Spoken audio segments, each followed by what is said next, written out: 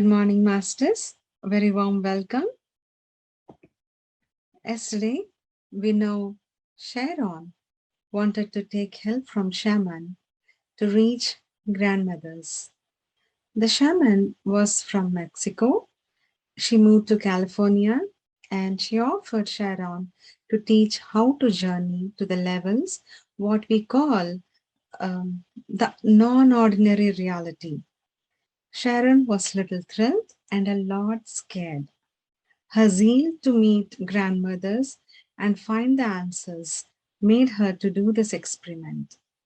They arranged for the tape recorder so that when she goes into trance, enters the trance state of mind, she can travel to the other realms, and that whatever conversation she has could be recorded. And the shaman explained the process of journey. Like for the steady beat of drums, she can go and explore the upper world, or what we call the different dimensions. And she asked to take note of the travel path. So Sharon, wherever she went, she needs to remember the path and come back to the same path. And when the drum beat stops and changes to fast, then it's time for Sharon to return. And the author was so very thrilled and a little scared. Although she had that mixed excitement and fear, she decided to journey and she entered into the trance. And once she entered the upper world, or we can call astral travel. So once she's there, she thought of something which could push her up. And she remembered a tree. As soon as she remembered the tree, it appeared.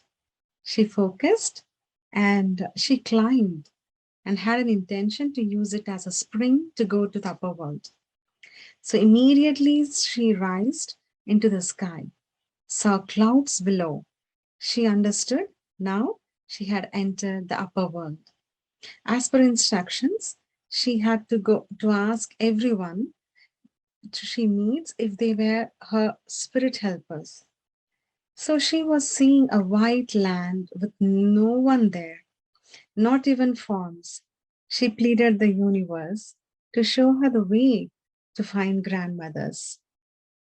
She was taken to a, and when she was doing it, whenever anyone, any person, or any being she met, she immediately remembered to ask, "Are you my spirit helper?"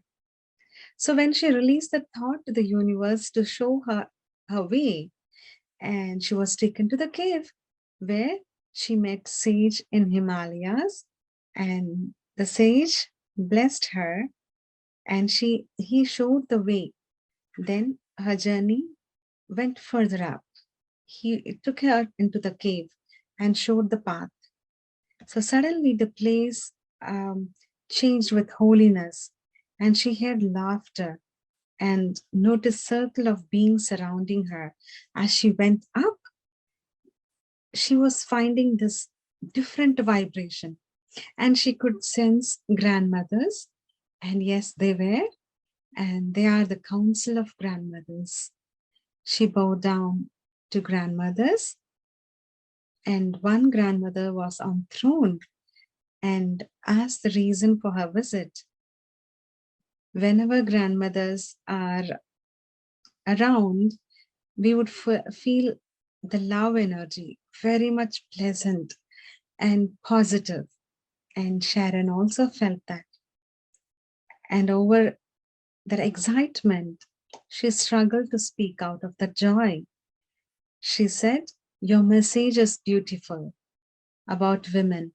And if I could help in your work, how can I be of service?" Grandmothers covered her with a robe and said, "You are to come here, sit with us, and be a part of this council. This is your rightful place. You are acquiring power and stability. This is initiation. The eagle is part of our work. our messenger. And he set the action in motion. So when grandmother said that, Sharon realized the bald eagle she met in her garden. And all of a sudden, the grandmother's turned into a bald eagle. And when Sharon looked at herself, she also turned into an eagle. It's a kind of representation of focus. The eagle, it's like a kind of representation of being stable and focused. So however it goes out up on the sky, it has that pointed focus. It's a kind of representation. And they said, we are bringing to the earth something of the sky now. Doing this is a new, in fact, an old way, but one absent from the earth for a long time.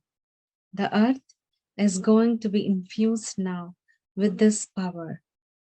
And Sharon heard the drum beats change, so she had to return. She continued to meet grandmothers and get their teachings. Years passed as a therapist. She was overwhelmed with her career and family and grandmother's work. At this time, even after years of experience with them, she had a doubt if they were real. She realized they come in many forms, like a woman, eagle, sometimes no form, but their presence is recognizable. So she dreamt of grandmothers many times, and they asked, what else you want than God? Such a beautiful question they asked. Because she was having a doubt. Are they real? Are they really the divine beings? And the grandmothers asked, what else you want than God, than the divine? Sharon started thinking, pondering over it. She decided that she would shred any behavior, anything which is not aligned with God.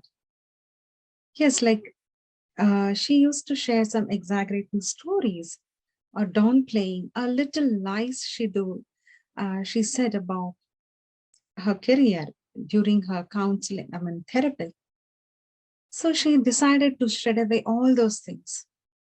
And one day she set the intention that all falseness be removed.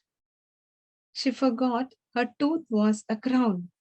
As soon as she had that intention and she got the toothache and it started aching, then she realized, oh, I need to be very cautious with my intentions, with my affirmations. Then she learned how to carefully, correctly say her O's. And she said, let the falseness in my thoughts, words, and actions be removed. That's what. When we say the affirmations, she realized she needs to discard everything which is other than the divine, everything which is not leading to the God, the divinity, the purity. And she started her step. With this, let's end this. Let's go for meditation, masters.